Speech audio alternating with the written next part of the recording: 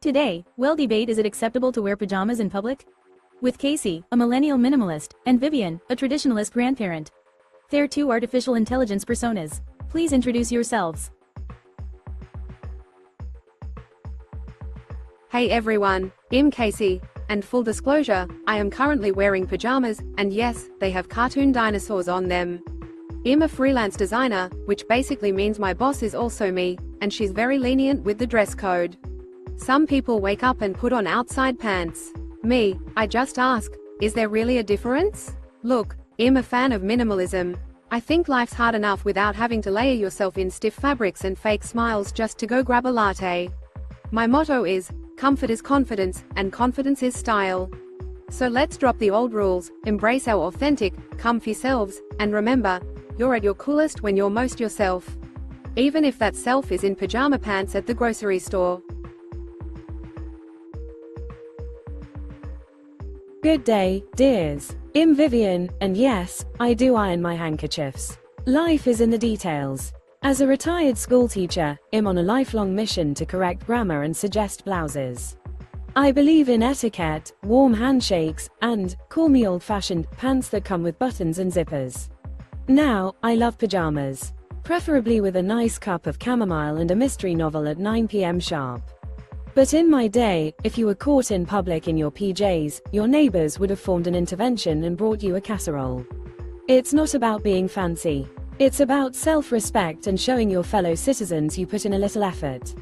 After all, you never know when you'll bump into the mayor or your ex. So let's celebrate pajamas, yes. But let's do it at home, perhaps with a sensible slipper.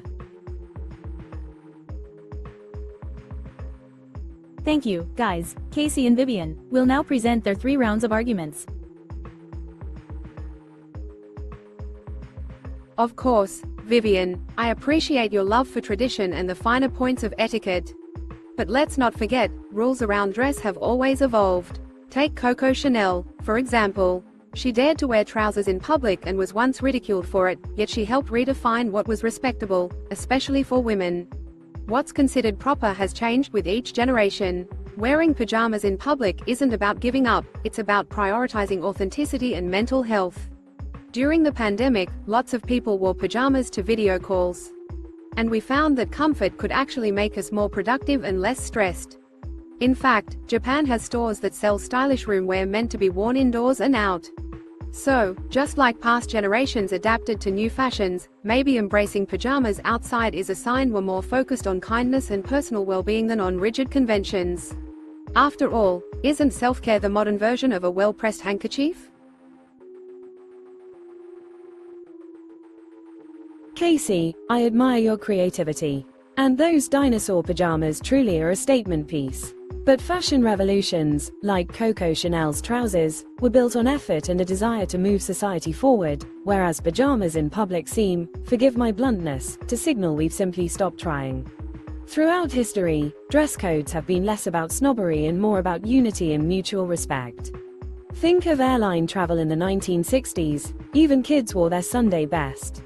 When people dress up, they're not just supporting tradition, they're showing community spirit. Imagine if teachers started conducting classes in bathrobes. Would anyone take learning seriously? During challenging times like the COVID pandemic, yes, we dressed down for comfort. But isn't it telling that, when we could finally gather again, people dusted off their real clothes with gusto? Perhaps pajamas are wonderful at home and for self-care, Casey, but wearing them out blurs the boundary between personal relaxation and public responsibility. And really, would you want your graphic design clients showing up in nightgowns? Vivian, I get it. Nothing says peak airline travel like a 3-piece suit squeezed into economy class and a child in patent leather shoes kicking your seat for 4 hours. But let's remember, the world isn't an episode of Mad Men, and frankly, class photos from then look more like a monochrome penguin convention than an expression of unity. You say pajamas in public are a sign we've stopped trying. But I argue it's a sign we're trying something new, valuing comfort, mental health, and breaking from the herd. Do I want my clients turning up for meetings in nightgowns? Honestly, I do love the commitment to a theme. If we can have casual Fridays, why not cozy Tuesdays? Maybe the world would be less uptight. And about respect, I think true respect comes from accepting people as they are, not whether their pants have a zipper. Besides, boundaries are overrated. Half the people on Zoom never even wore pants at all, and the world kept spinning. If dinosaurs can roam on my pajamas, surely a little boundary blurring won't destroy civilization. Oh, Casey, if cozy Tuesdays are your idea of social progress, I fear for the fate of formal Fridays. Next thing you know, we'll all be wearing snuggies to weddings. Sure, expressing yourself is lovely, but I don't need to know which prehistoric creatures haunt your sleep schedule just because I'm behind you at the post office. You say the world isn't Mad Men. Well, thankfully not. I can't hold my breath in a corset anymore nor, frankly, keep a beehive hairdo standing through a wind tunnel. But some standards are worth holding on to. If pajamas are the new uniform, are we all just perpetually ready for nap time? What's next? Bringing fleece blankets to city council meetings. Professionalism isn't about zippers, darling, but about showing you made the effort to show up and participate. When people see you've put in care, even if that just means clean pants, they know you respect them. And let's be honest, Casey, deep down I suspect even your dinosaurs would be embarrassed if asked to present at a board meeting. Vivian, you have a point. Nobody wants a snuggie stampede at a black tie wedding, although, admit it, the photos would be priceless. But let's address this terrifying vision of society in perpetual nap time. If only wearing pajamas lowered stress, improved moods, and magically made us more well-rested. I'd say sign me up, and give all city councillors matching bunny slippers. Look, professionalism isn't about whether you spend 10 minutes wrestling with a zipper or 5 hunting for matching socks. It's about showing up, doing your best, and, dare I say, infusing some joy into the daily routine. If my dinosaur pajamas give someone a smile on a gloomy Tuesday, isn't that a public service? You say visible effort equals respect, but I'd argue true respect is how we treat one another, not how much starch is in our shirt. And Vivian, if my pajamas prevented one more penguin convention outfit crisis, perhaps I've done the world a favor. To sum up, comfort can coexist with respect. Humor and authenticity bring people together. And sometimes, a little rule breaking is just what society needs to wake up. Even if it's while wearing pajamas. Casey, darling, if dinosaur pajamas truly cure gloom, perhaps they should replace streetlights as public infrastructure. But just imagine a world where the DMV staff greets you in SpongeBob pants.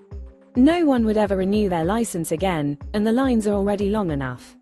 I agree, bringing joy and authenticity is a gift, but there's a difference between dressing to uplift and dressing like you just escaped a sleepover. If comfort is king, shall we all bring our duvets to dinner next? I'd rather not see a city council pillow fight protocol added to Robert's Rules of Order. Showing effort in how you dress isn't about stifling joy. It's about saying, I care to look my best for you, stranger at the coffee shop. We can be authentic while still saving the bedtime specials for, well, bedtime. So, final thoughts. Individuality is wonderful, but a dash of decorum keeps the world spinning. A world where dinosaur pajamas can stay home watching Netflix, and the rest of us can trust the post office isn't doubling as a slumber party. Thank you for your speeches. Someone from the audience will now make a question to Casey and Vivian.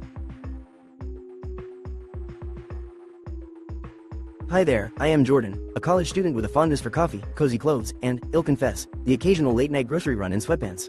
I've really enjoyed the spirited back and forth. Casey, here's something I am curious about that hasn't come up yet. What about the impact of wearing pajamas in public on people who work in customer service and retail? Some say it could make staff feel less respected or blur the line between casualness and rudeness in those spaces. How would you respond to folks who worry that your pajama pride might make things harder or awkward for people in those roles? Great question, Jordan. Thanks for bringing up the perspective of customer service and retail workers. It's really important and honestly hasn't gotten enough attention in this debate. First, I totally get that staff already deal with a lot and might worry that people rolling in with full pajama swag are less likely to treat them with courtesy. But from my experience, I'd say pajamas themselves aren't the source of disrespect. It's all about attitude. If someone walks in wearing flannel with a smile, says please and thank you, and treats staff with dignity, that's what really counts. Someone can show up in a three-piece suit and still be a nightmare customer. That said, I also think there's value in mutual respect. If certain environments, like a nice restaurant, have a dress code, it's important to honor that because it's about the experience for everyone, including the staff. But in everyday places like grocery stores or coffee shops, as long as you're clean, presentable, and kind, why should it matter if you're in pajamas, sweats, or jeans?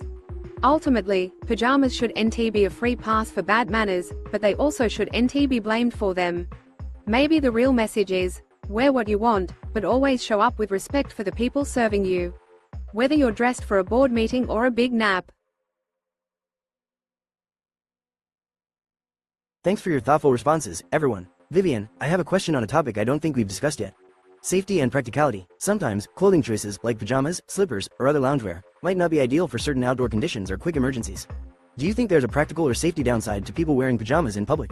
Like being unprepared for weather, slips, or unexpected situations? Or is your argument mostly about the social and cultural implications? I'd love to hear your take. Jordan, what a keen observation. Thank you for giving me the chance to channel my inner safety Sam. While my main focus is the social message we send with our attire, you're absolutely right, there's also a practical dimension to consider. Pajamas and slippers are designed with the assumption that the most treacherous terrain you'll cross is, say, a Lego on the living room floor. Out in the world, though, you're dealing with rain, cracked sidewalks, surprise wind gusts, or even needing to move quickly if there's an emergency. A pair of bunny slippers is great for shuffling to the fridge, not so great for dodging a rogue shopping cart.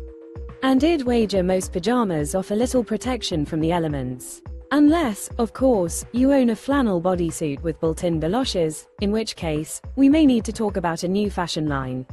So, to put it simply, my reservations about pajamas in public are both about social standards and practicality.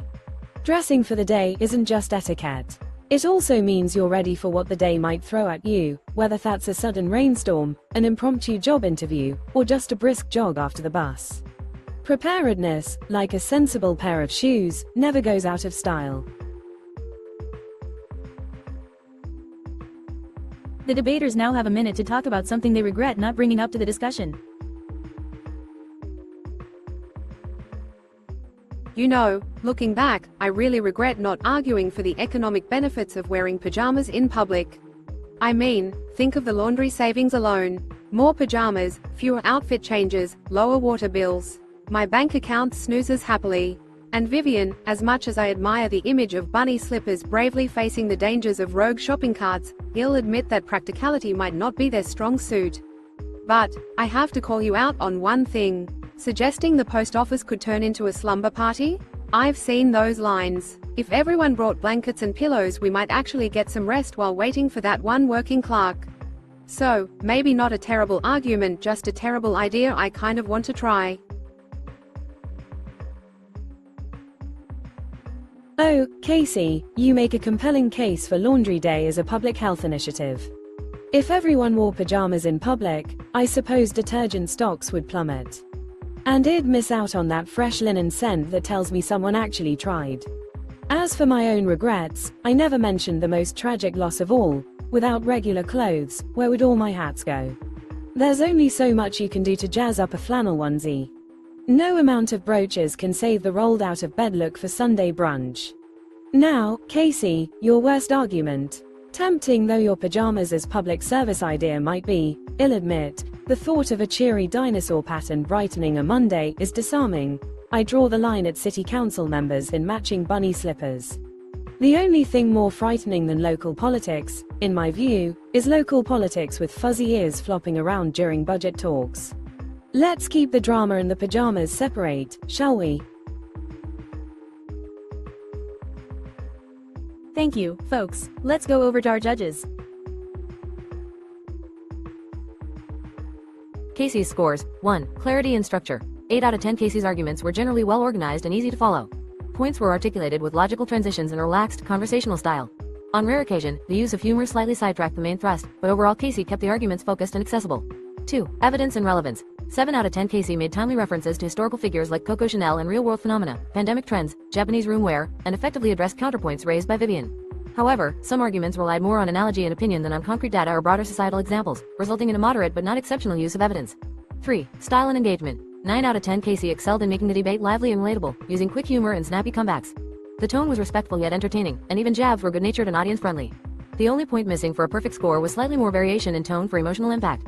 Vivian's scores. 1. Clarity and structure. 9 out of 10 Vivian's arguments were crystal clear, logically segmented, and returned consistently to underlying principles of decorum, respect, and practicality.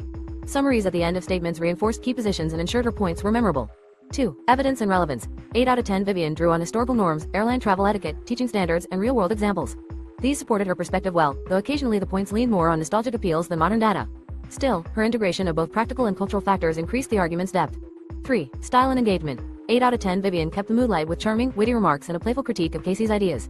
She engaged the audience with vivid analogies, snuggies at weddings, post-office slumber parties, balancing seriousness and humor effectively.